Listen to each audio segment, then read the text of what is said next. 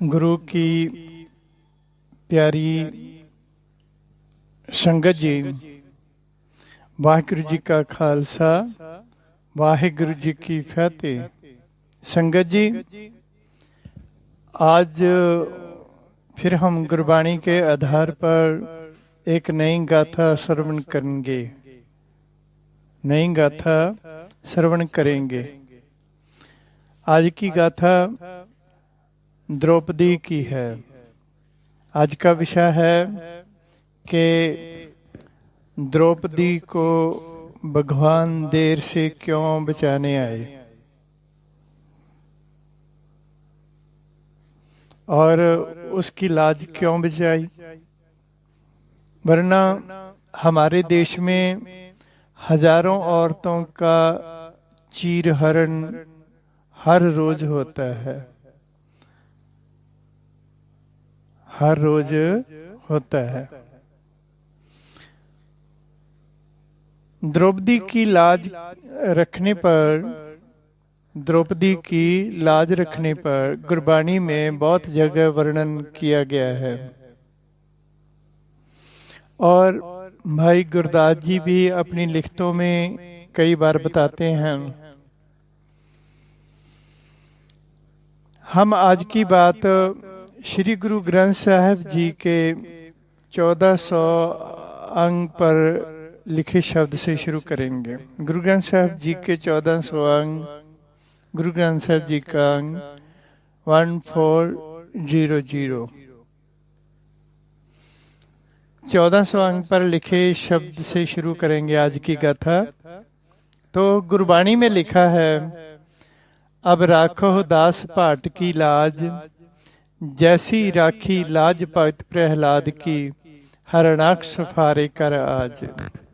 फण द्रौपदी लाज रखी हर प्रभ जी, शींत वस्त्र दीन बहु साज। सुदामा आपदा ते राख्या, गणका पड़त पूरे तह काज। श्री सतगुरु सो प्रसन्न कलयुग होए, राखो दास भाट की लाज। सो संगत जी, इस शब्द की दूसरी पंक्ति के मुताबिक भक्त प्रहलाद की गाथा हम सुन चुके हैं, और उसे आगे वाली तीसरी पंक्ति जो है, और तीसरी पंक्ति में जो द्रौपदी की बात कही गई है, तो आज हम द्रौपदी की ही बात करेंगे।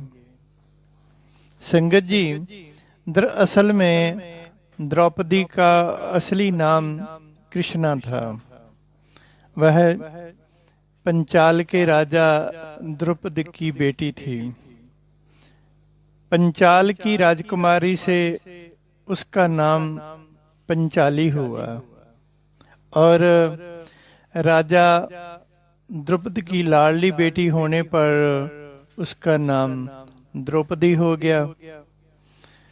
बाद में पांचों पांडवों की पत्नी होने से लोग उसे पंचाली मानने लगे, और वैसे ही उसका नाम द्रौपदी मशहूर हो गया। पर असल में उनका नाम कृष्णा था। द्रौपदी अपने माँ बाप के महलों के अंदर पंचाल राज में ही पली बढ़ी और जवान हुई। एक बार वह अपनी सखियों के साथ सैर करने गई, और सखियों के साथ नदी में नहाने का मन हुआ, और आगे दुर्वासा ऋषि नदी में नहा रहे थे।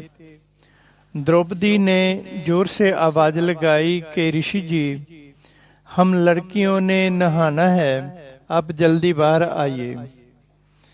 आगे से ऋषि ने कहा, बच्चियों, मेरे वस्त्र वानर उठा कर ले गए हैं, और मैं वस्त्रहीन हूँ, मैं पानी से बाहर नहीं आ सकता। आप यहाँ से चली जाएं तो मैं बाहर निकलूं।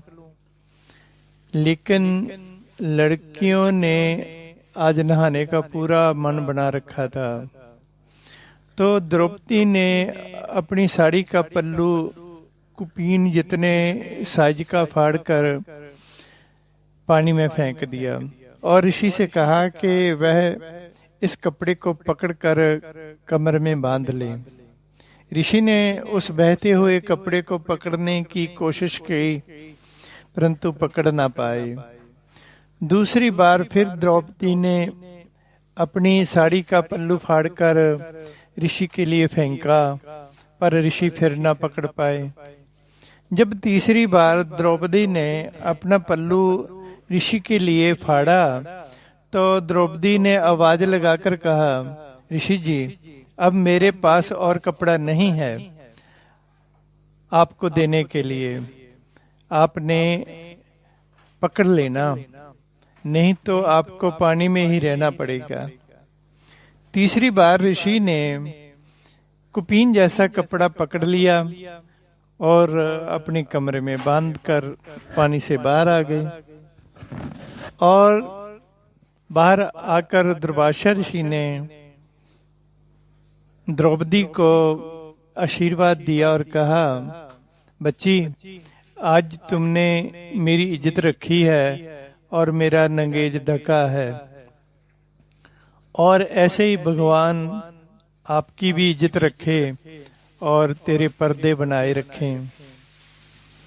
फिर जब पांडवों और कौरवों के बीच बंटवारे का झगड़ा चल रहा था, तो दुर्योधन, दुशासन और शुकनी मामा अपनी चालों से पांडवों को आर्थिक तौर पर खत्म करना चाहते थे और समाज में लज्जाहीन करना चाहते थे। इसलिए कौरवों ने पांडवों को बहला फुसलाकर जुआ खेलने के लिए राजी कर लिया। जब पांडव जुआ खेलने के लिए आए, तो कौरवों की चाल के पासे पांडवों पर भारी पड़ रहे थे। पांडव एक एक करके अपना सब कुछ हार रहे थे। अंत में पांडवों ने अपने सोने के मुकुट भी हार दिए। युधिष्ठिर ने बड़ा भाई होने के नाते से एक एक करके अपने चारों भाइयों को भी हरा दिया। फिर कौरवों की दुष्ट सभा वालों ने पांडवों को फुसलाकर द्रौपदी भी दांव पर लगवा दी। शुकनी मामा के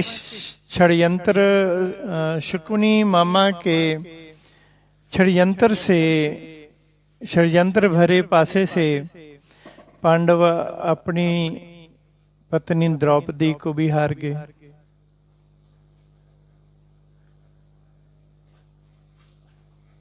तो उसी समय दुर्योधन ने आदेश दिया कि अब द्रौपदी हमारी बांधी हुई, और दुशासन को कहा, जाओ और द्रौपदी को बालों से पकड़कर घसीटते हुए दरबार में लेकर आओ। संगत जी, आज दुर्योधन को अपनी उस समय की बेइज्जती का बदला लेने का मौका मिल गया था, जब द्रौपदी ने दुर्योधन को अन्ने कहा था, अंधे के अंधे कहा था। तो दुर्योधन का आदेश पाते ही दुशासन गया और द्रौपदी को बालों से जा पकड़ा।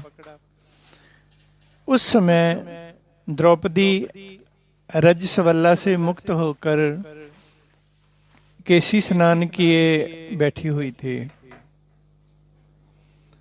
तब एकदम दुशासन ने द्रौपदी को बालों से पकड़ा और घसीटते हुए दुर्योधन के पास दरबार में ले आया। उस समय द्रौपदी बहुत हाय पहाड़िया कर रही थी। जब उसने देखा कि सभा में भीष्म पितामह जैसे लोग बैठे हैं और कुछ बोल नहीं रहे, और उनके पांचों पति भी सिर झुकाए बैठे हैं और मदद नहीं कर रहे, तब उसी समय दुर्योधन ने हुक्म दिया, इस बांदी को भरी सभा में नग्न किया जाए और इसके सभी वस्त्र उतार दिए जाएं। यह सुनकर द्रौपदी इधर उधर भागी, पर किसी ने उसकी मदद नहीं की और किसी ने भी दुर्योधन को यह पाप करने से ना रोका। अंततः दुशासन द्रौपदी की साड़ी उतारने लगा। तब द्रौपदी ने अपनी साड़ी दोनों हाथों से कसकर पकड़ ली, परंतु दुशासन के आगे उसका कोई जोर न चला। फिर उसने भगवान श्री कृष्ण जी को पुकारा और कहा, हे ब्रजवासी कृष्णा, मेरी सहायता करो, मुझे नग्न होने से बचा लो। इस तरह वह कितनी बार पुकारती रही, हे ब्रजवासी कृष्णा, मेरी सहायता करो, मुझे नग्न होने से बचा लो। कितनी बार और इस तरह कितनी बार पुकारती रही वो। फिर उसने कहा, हे द्वारकावासी श्री कृष्णा, मेरी सहायता कर, मुझे नग्न होने से बचा। जब ऐसे पुकार करते हुए भी दुशासन उसके साथ खींचातानी कर रहा था, तो अब दुशासन का मुकाबला करने की द्रौपदी के अंदर ताकत नहीं रही थी।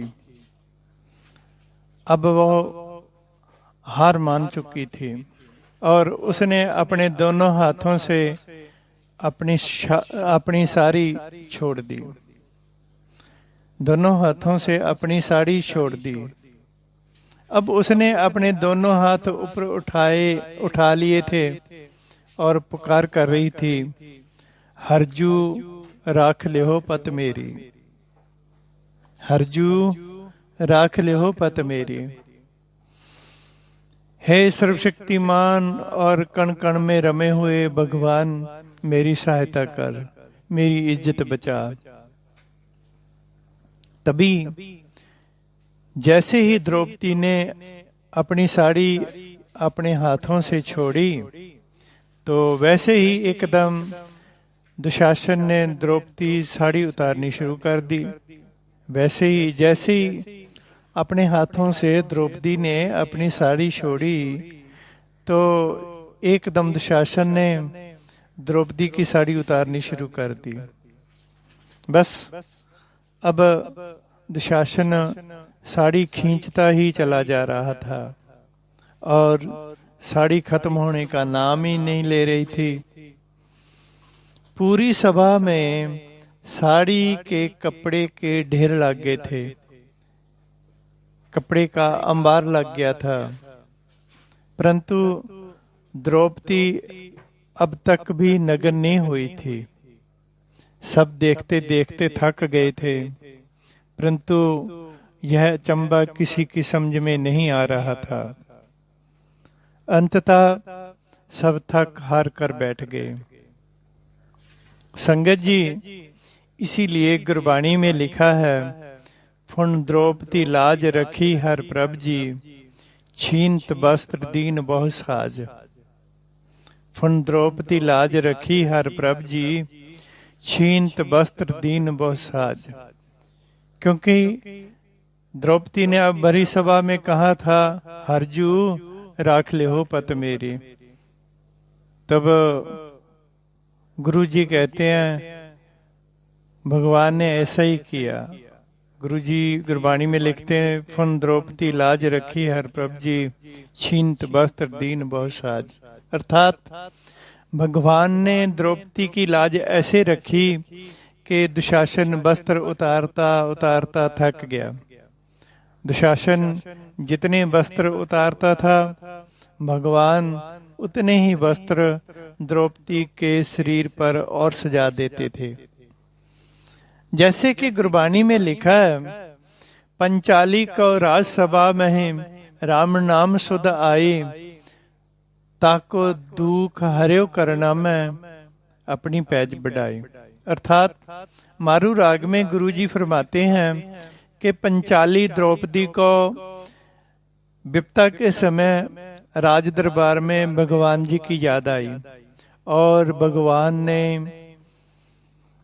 उसकी दुखी पुकार सुनकर उसका दुख हरण कर दिया और सहायता करने वाली अपनी महिमा को दुगना कर दिया, क्योंकि भगवान की तो ये मर्यादा है, जब उसके आगे कोई पुकार करता है तो भगवान उसकी सहायता करने का अपना दायित्व निभाते हैं।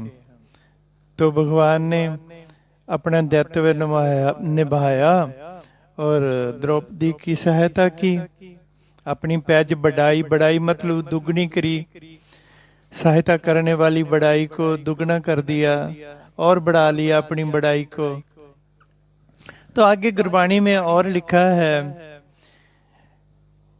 ज्यों पकड़ द्रौपदी दुष्टा आनी, ज्यों पकड़ द्रौपदी दुष्टा आनी, हर हर लाज नवारे। ये नट राग में गुरु जी कहते हैं कि जब दुष्टों ने द्रौपदी को पकड़ कर सभा में लाना करा तो हरि नाम ने उनकी लाज नवारी। आगे भाई गुरदास जी भी लिखते हैं अपनी एक वार में, वो लिखते हैं, अंदर सभा दुशासन मथे वाल द्रौपदी आंदी, पंजे पांडो वेख दे औकट रुद्धि नार जन्ना दी, अखी मीट ध्यान धर हा हा कृष्ण करे बिललांदी। अर्थात भाई गुरदास जी फरमाते हैं कि जब भरी सभा के अंदर दुशासन द्रौपदी को माथे के बालों से पकड़कर घसीटते हुए लेकर आए और वहां पांचों पांडव भाई अपनी औरत को अपमान से तड़पती हुई देख रहे थे और अपनी औरत की मदद नहीं कर पा रहे थे। जैसे भाई साहब लिखते हैं, पंजे पांडो वेख दे औकट रुद्धि नार जिन्ना दी, जिन्ना दी औरत उन्हां दे सामने ही विपता विच फंसी हुई सी।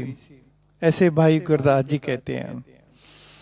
तो पांचों पांडव भाई अपनी औरत को अपमान से तड़पती हुई देख रहे थे और अपनी औरत की मदद नहीं कर पा रहे थे।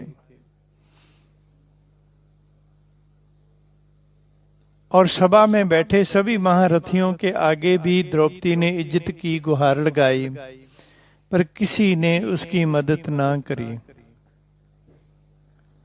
तो फिर उसने आंखें बंद करके श्री कृष्ण जी का ध्यान धरा और हा हा करके और हाय बहोड़ी करके बिललाने लगी, कृष्ण को पुकारने लगी।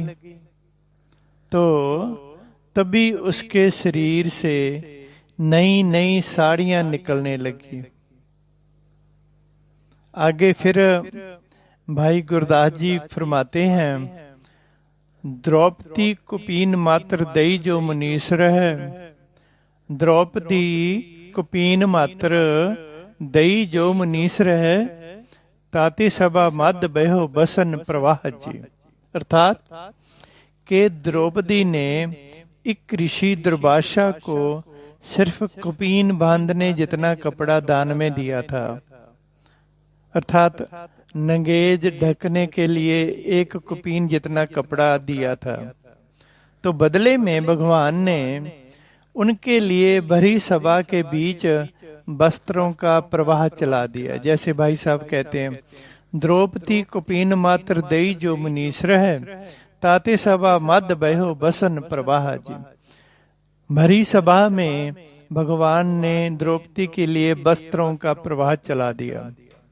सो संगत जी, जब भरी सभा में कोई द्रौपदी को नगन न कर सका तो सब हार थक कर बैठ गए और द्रौपदी सभा में बैठे सभी लोगों को धिक्कार देती हुई अपने घर वापस चली गई। तो आगे भाई गुरदास जी कहते हैं कि घर आई ठाकर मिले, पैज रही बोले शर्मांदी। अर्थात घर आते ही आगे श्री कृष्ण जी बैठे थे। जब द्रौपदी भरी सभा से अपनी इज्जत बचाकर सभी को धरकार दी अपने घर वापस आई, तो घर आते ही आगे श्री कृष्ण जी वहां बैठे थे। उन्होंने द्रौपदी से पूछा, कहो कृष्णा, कौरवों की सभा में कैसा रहा? तो द्रौपदी ने शर्माते हुए कहा, सखा बस पुकार की पैज रह गई। कृष्णा, मैंने आपको बहुत पुकारा, आप आए क्यों नहीं? तब कृष्ण जी ने कहा, कृष्णा, मैं आ तो जल्दी जाता, परंतु आपने तो मुझे चक्कर में डाल दिया था। पहले तो आपने अपनी साड़ी को दोनों हाथों से पकड़ रखा था, जैसे कि तुम अपनी रक्षा खुद कर रही थी। फिर आपने आधी पुकार की, यानी कि एक हाथ साड़ी को रखा और एक हाथ ऊपर उठाकर पुकार की। उस पुकार में भी पूरी बात नहीं बन रही थी। और फिर आपने साड़ी को छोड़कर दोनों हाथ ऊपर कर दिए। अपनी साड़ी को छोड़कर दोनों हाथ ऊपर कर दिए और मुझे पुकारा। उस समय भी पहले आपने पुकारा कि हे ब्रजवासी मेरी सहायता करो। तो पहले मैं ब्रजवासी बनने के लिए ब्रज में गया। जब मैं ब्रज में गया तो आप पुकारने लगी, हे द्वारकानाथ मेरी सहायता करो। तब मैं भागकर द्वारका गया द्वारकावासी बनने के लिए, द्वारकानाथ बनने के लिए ब्रज से भागकर द्वारका गया पहले। तो कृष्णा, मैं तो भाग दौड़ में ही रहा। फिर तब जब आपने कहा, हे संसार के कण में विराजमान भगवान मेरी पुकार सुनो, मेरी लाज पत रखो। फिर मैंने एकदम आकर तेरी साड़ी को इतना लंबा कर दिया कि दुशासन खींचते खींचते थक गया और थक कर गिर पड़ा। परंतु हे कृष्णा, तू पहले ही पुकारती कि कण कण में बसने वाले भगवान मेरी सहायता करो, तो मैं पहले ही आ जाता। तो संगत जी, इसीलिए हमने अपनी गाथा गुरबाणी की इस पंक्ति से शुरू की थी। फुन द्रौपदी लाज रखी हर प्रभ जी, छीनत वस्त्र दीन बहु साज। अर्थात भगवान जी ने भरी सभा में द्रौपदी की लाज रखी और वस्त्रों के अंबार लगा दिए। संगत जी, शुभ कर्मों का फल और मन से की गई प्रार्थना का फल परमात्मा जरूर देते हैं। जैसे द्रौपदी ने शुभ मन से शुभ कर्म किया था, दुर्वासा को अपनी साड़ी का पल्लू देकर, यानी द्रौपदी ने 1 गज कपड़ा दान दिया और बदले में भगवान ने उसके लिए वस्त्रों के प्रवाह बहा दिए। इसलिए जब तुम किसी की इज्जत ढक लेते हो तो समय आने पर भगवान भी आपकी इज्जत ढक लेते हैं। इसका मतलब हुआ कि जब तुम किसी की इज्जत ढक लेते हो तो समय आने पर भगवान भी आपकी इज्जत ढक लेते हैं। जब तुम सच्चे मन से भगवान वाहिगुरु जी के आगे प्रार्थना अरदास करते हो तो वाहिगुरु जी आप जी की अरदास जरूर सुनता है। जैसे द्रौपदी की सुनी है। जब हम भगवान के आगे प्रार्थना करते हैं तो उस वक्त भगवान हमारे पिछले जन्म भी देखता है और हमारे कर्म भी देखता है। वरना हम तो प्रार्थना में जहाज भी मांग लेते हैं और दुनिया का सबसे अमीर आदमी होना भी मांगते हैं, लेकिन मिलता वही है जो हमने बोया है। जैसे द्रौपदी ने अपने पुण्य में कपड़ा बोया था तो कपड़े ने उसकी इज्जत ढक ली। जैसे जो हम बोते हैं वही पाते हैं। मांगने को तो हम भगवान से बहुत कुछ मांगते हैं, रोज प्रार्थना करते हैं, अमीर होना मांगते हैं, बहुत कुछ मांगते हैं, बड़ी महंगी गाड़ी मांगती हैं, जहाज मांगते हैं, लेकिन मांगने से कुछ नहीं मिलता। जो हमने बोया है वही मिलेगा हमको। और ये बात है कि भगवान हमें जब हम मांगते हैं तो हमारे कर्मों के हिसाब से हमें जल्दी दे देते हैं, मांगने पर, प्रार्थना करने पर। लेकिन मिलता वही है जो हमने बोया है।